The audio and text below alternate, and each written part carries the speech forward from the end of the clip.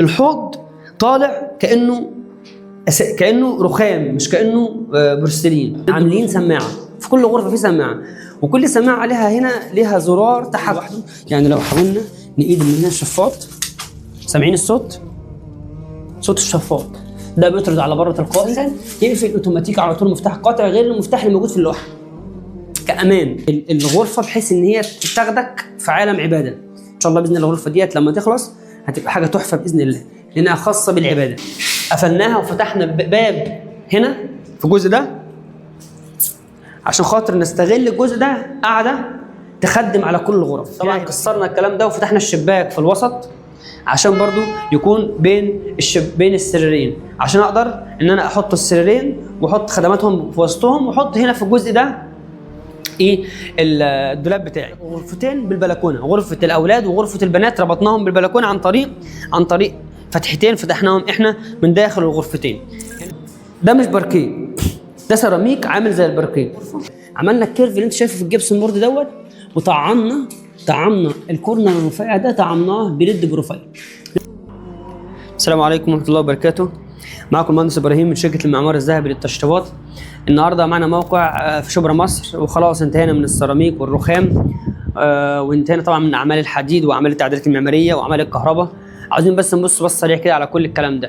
احنا هنا لو بصينا هنا في الجزء بتاع البلكونه ده، كان عندنا البلكونه دي موجوده عندي هنا، تمام. حبينا ندخلها معانا في الشقه عشان خاطر يبقى هنا شباك كبير، ونبدا نتعامل بقى نستغل الكلام ده كله في الفرش بتاعنا. طبعا ده شغل الحديد لسه ما كملش، ده الحديد القديم اللي كان موجود، ودي طبعا الرخام كله اللي كان موجود. طبعا هنعمله لسه اعاده تهيئه علشان خاطر نحاول نرجعه مثل ما كان. طبعا الشبابيك كلها مفكوكه عشان هتركب على مونتال. هنا طبعا اهم حاجه عندي بقى في البورسلين، اول حاجه عاوز اوريها لكم، عندنا حمام الضيوف. بص كده على حمام الضيوف، بعيدا عن الكراكيب اللي موجوده فيه، هو استغلناها بطريقه كويسه. هنا عاملين القعده في الجزء ده، عاملين قعده معلقه، وفي الجزء ده على اليمين جنب الباب مباشره موجود الحوض، وعاملين كابينه شاور في الجزء الاخير خالص. وهنا المطبخ عندنا، طبعا ده المطبخ القديم لسه هنعمل له اعاده تهيئه. عاملين حساب الشفاط بتاع المطبخ، وهنا عاملين حساب الشفاط بتاع الهود. طبعا الجزء ده كله عباره عن بورسلين مركبين وزره، عباره عن 60 سم داير ما يدور في المطبخ بالكامل، غير الارضيه مغيرينها كلها طبعا. هنا عندنا في الطرقه ده طبعا الشفاط بتاع الحمام الضيوف، عشان ما فيش شباك هنا فعم عم مأسسين شفاط في السقف. نخش بقى على الحمام الماستر.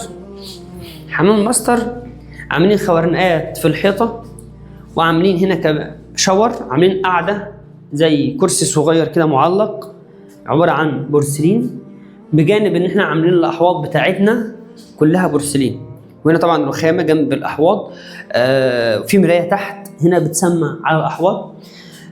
شوف انت بقى شغل البورسلين في الاحواض لازم حد متخصص علشان يطلع الفينش اللي انت شايفه ده. بصوا معايا، قرب معايا هنا كده. الحوض طبعا ده كله متعفر لسه ما تنضفش. الحوض طالع كانه رخام، مش كانه بورسلين. وهنا في الجزء هنا ده هيبقى فيه هنا بانيو. وهنا برضو في حاجه مهمه عاوز اوضحها، قرب معايا كده.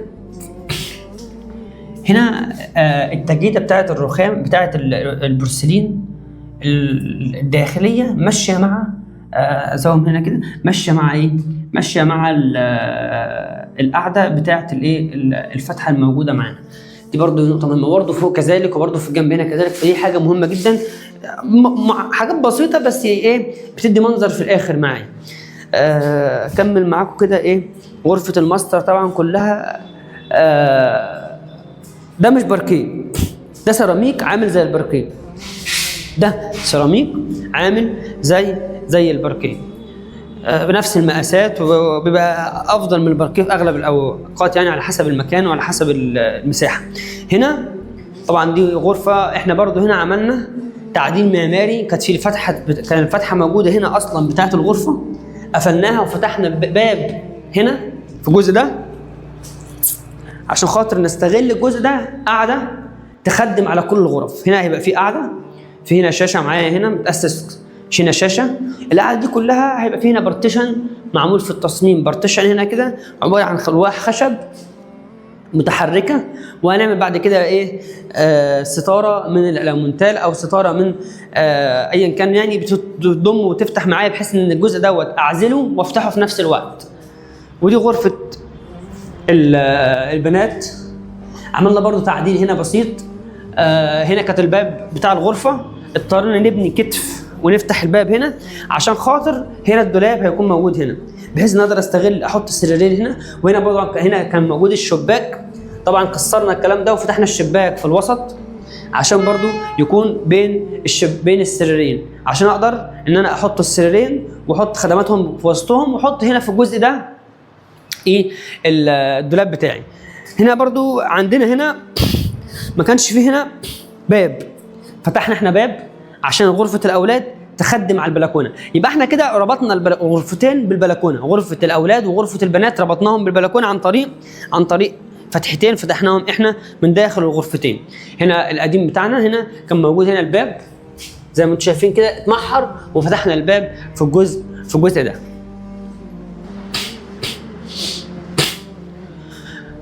في اخر تعديل عملناه في غرفه الماستر. وغرفه الماستر كان موجود معايا الباب بتاع البلكونه هنا، فاحنا بنيناه وفتحنا الباب في الجزء ده عشان خاطر احنا مصممين ان هنا الجزء ده كله قاعده، وهنا في شاشه معايا هنا في شاشه. الشاشه دي بتخدم على القاعده بتاعت غرفه الماستر، لان الجزء ده كله غرفه ماستر عباره عن دريسنج حرف ال، وهنا التسريحه في الجزء اللي على الشمال هنا، والجزء ده كله هيكون معايا دريسنج حرف ال داخل غرفه الماستر. هنا البلكونه معايا، عملنا برضو البلكونه ضفنا ليها الخشب بتاعنا اللي هو السيراميك اللي هو شبه بديل الخشب. والبلكونه الثانيه برضو عملنا فيها السيراميك اللي شبه الباركيه، عملناها في الغرفه الثانيه. ناقص بس الالومنتال هيركب ونخلص الجبسون بورد، وان شاء الله هنعمل فيديو تاني بعد انتهاء اعمال الجبسون بورد وانتهاء اعمال الالومنتال. عاوزين نبص سريعا على الكهرباء، خلصناها الحمد لله. عاملين كل حاجه هنا في الكهرباء على مفتاح لوحدها. هنا اول ما دخلت المدخل بتاع الشقه لو بصينا في السقف عندي السبوتات على مفتاح، وعندي الليد بروفايل على مفتاح، وعندي بيت النور على مفتاح، وطبعا الابليك ده على مفتاح. لو دخلنا في غرفه، اول غرفه دي اسمها غرفه العباده. غرفه العباده عاملين فيها قبله ان شاء الله باذن الله بتتفنش في النقاشه.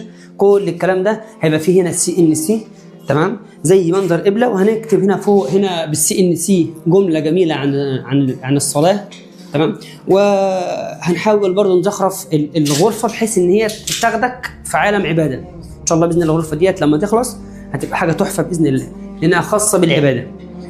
طبعا هنا برضو مقسمين كل حاجه على مفتاح، حتى هنا القبله بتاعتنا لو بصينا هنا عندي هنا القبله على كل حاجه في القبله على مفتاح، والسبوتات على مفتاح،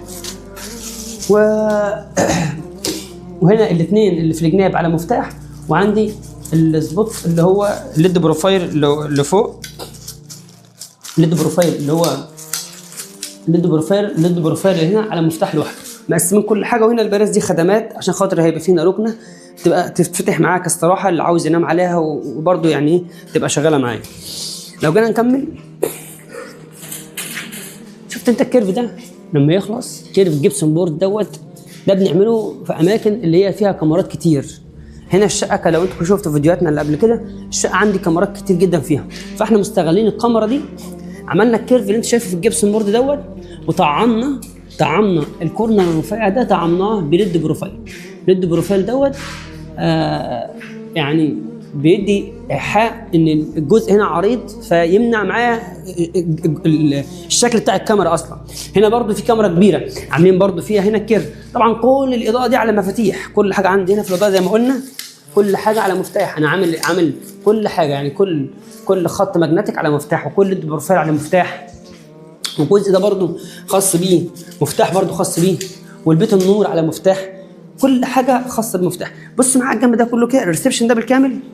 الريسبشن ده 4 قطع كبار في كاميرات كتير زي ما انت شفت من الاول. هنا عملنا كيرف، وهنا كيرف، وهنا كيرف، وهنا برضو عملنا كيرف. تمام. دي الطرقه معايا عملنا فيها اكتر من اضاءه. بص معايا كده على طرقه. الطرقه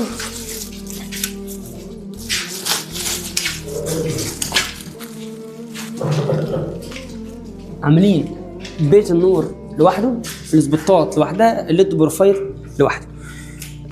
في معايا هنا في السبوتات دي كلها لما تركب في الاخر برضو فيها ديفيتير مع هنا التحكم الثاني. اقدر اتحكم برضو في الاضاءه سواء من الاول او من الاخر، اتحكم في الاضاءه زي ما انا عاوز. عن الغرفه دي غرفه الماستر. برضو غرفه الماستر عاملين فيها اجزاء كتيره جدا. عندي هنا الجزء الاولاني ده الجزء بتاع القعده، وعندي ده الجزء الثاني اللي هو الداخلي اللي هو فيه ليد بروفايل وسبوتات ومعايا بيت نور. شغل كهرباء كتير عشان ما اضيعش وقت. احنا هنا لسه في مرحله النقاشه، وزي ما انتم شايفين السماعه، شغل السماعات عندنا في كل مكان عاملين سماعه، في كل غرفه في سماعه، وكل سماعه عليها هنا ليها زرار تحكم خاص بيها يعلي ويوطي ويطفي السماعه، بالاضافه الى الجهاز الام موجود في الريسبشن في وحده الشاشه. ده بيبقى موجود معانا هناك في الريسبشن، بيتحكم في كل السماعات. معانا لسه الشقه طويله ما شاء الله، اتكلمنا عنها كتير. معانا لسه في الغرفتين التانيين فيهم شغل برضو، بس مش هناك الناس شغاله. تعالى معايا كده المطبخ والحمام. الحمام طبعا عشان ما امر السريع على الحمام ده اللي اتكلمنا عنه كتير، بس كل حاجه خلصانه بس مقفوله عشان بس ما نبهدلش. معانا الخورنات برضو فيها اضاءه. معايا شفاط هناك، هنا الشفاط ده خاص، المفتاح خاص بيه لوحده، بيتحكم فيه لوحده. معايا برضو المطبخ، مركبين في المطبخ شفاط. هنا الحمام طبعا خلص الحمد لله.